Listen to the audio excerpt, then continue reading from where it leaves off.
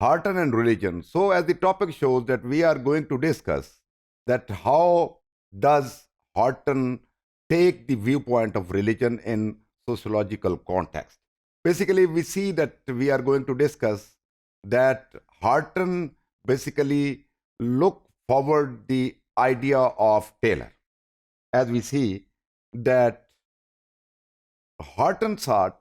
to demonstrate the value of what he called a new Taylor theory, because he was working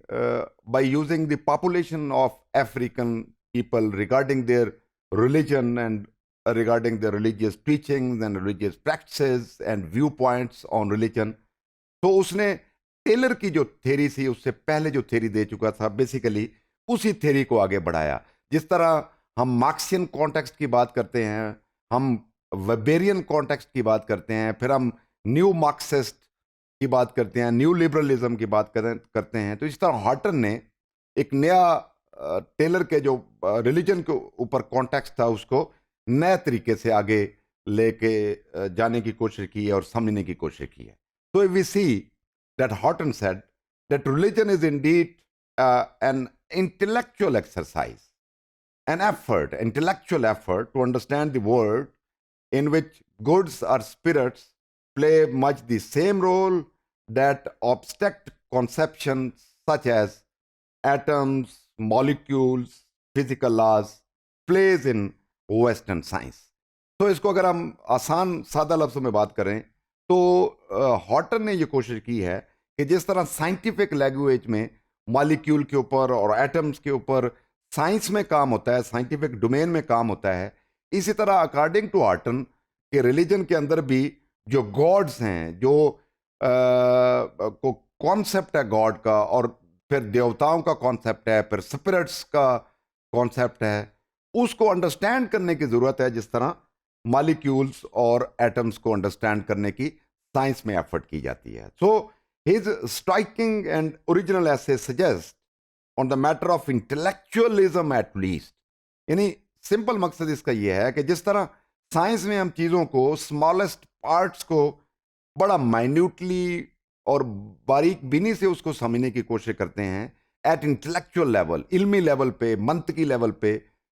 उसको समझने की कोशिश करते हैं, ऐसे रिलीजन को भी इंटेलेक्चुअल लेवल पे समझना चाहिए. एज सच ग्रांटेडली आमन्ना व सदकना एज इट इज हमने उसको नहीं मानना चाहिए, बल्कि इंटेलेक्चुअल प्रोजेक्ट के तौर पे लेना चाहिए और समझने की कोशिश करनी चाहिए. So the special circumstances does not alter the fact. The general course of anthropology has moved in a very different direction from Horton, who remains a kind of lone but important voice of dissent. इसका मतलब simple ये है कि Horton की जो voice थी regarding religion और religion की understanding on scientific, intellectual, philosophical plan के ऊपर प्रोजेक्ट के तौर पे इसको समझना, तो ये एक ऐसी वॉइस थी जो कि एक डिसेंटिंग वॉइस थी, ऐसी वॉइस थी जो एक इनोवेटिव थी. That was a new voice, because वो हॉर्टन का जो थॉट था वो ये था कि इंटेलेक्चुअल लेवल पे हम परखने की कोशिश करें, ना कि उसको इमोशनल और उसको जज्बाती तौर पे समझने की कोशिश की जाए. So Horton viewed religion from an ethnoscience approach where he linked religious understanding with scientific inquiry. बुनियादी तौर पे साइंस, फिलॉसफी और रिलीजन, ये तीन डोमेन समझी जाती हैं कि आपस में शायद मुतसादिम हैं या डिफरेंट, इनके पैराडाइम डिफरेंट हैं सोशल वर्ल्ड को समझने के. और हॉर्टन के मुताबिक कि साइंस को भी और रिलीजन को भी इस तरह लेना चाहिए कि इंटेलेक्चुअली चीज़ें देखें ताकि रिलीजन की अंडरस्टैंडिंग हमें बेहतर हो सके. तो उसने कोशिश की कि similar approach of methodologically unveiling the complex to achieve order and understanding from chaos, कि जिस तरह हम एक रिगरस काइंड ऑफ रिसर्च करके चीज़ों को साइंस में आगे बढ़ाते हैं, इस तरह मजहब में भी ज़रूरत है हम चीज़ों को मैथडोलॉजिकली एक तरीक़ेकार के साथ, एक एस्टेब्लिश्ड प्रिंसिपल्स, रूल्स, रेगुलेशन के साथ हम इसके जितने भी व्यू पॉइंट हैं रिलीजन है उसको समझने की कोशिश करें. So he sees mystical system that derive religion as theoretical structure that are dictated by concrete rule are used to understand in an interactive way vivid anomalies. So much like scientific endeavors, theory is the physical world. तो simple इसका माना यह है कि Horton के नज़दीक जिस तरह साइंटिफिकली रिगरस रिसर्च के साथ फिजिकल वर्ल्ड को हम एक्सप्लोर करते हैं, अंडरस्टैंड करते हैं, इसी तरह रिलीजन को भी उसी पैराडाइम में समझने की ज़रूरत है और उसी तरह उसके ऊपर भी एज इट इज़ मानने की बजाय उसके ऊपर एक्सप्लोर करना चाहिए by using a very established principles, methodologies, rules, and regulations of scientific inquiry. So he further argued that animism should be taken at face value without rationalization. यानी उसका मतलब यह है कि एनिमिज्म भी एक इज्म के तौर पे पेश किया जाता है, तो इसकी फेस वैल्यू पे उसको देखें, उसकी रैशनलाइजेशन में ना जाएं. और symbolically animism represents a societal और political structure. So he maintained that a more useful approach would be to compare traditional thought to modern science. तो कहने का मतलब यह है कि हार्टन के नज़दीक कि जो ट्रेडिशनल रवायती जो भी तफर्रक़ात हैं, जो भी थॉट का प्रोसेस है और जो भी थेरीज हमारे पास रिलीजन की शक्ल में या किसी और शक्ल में आती हैं,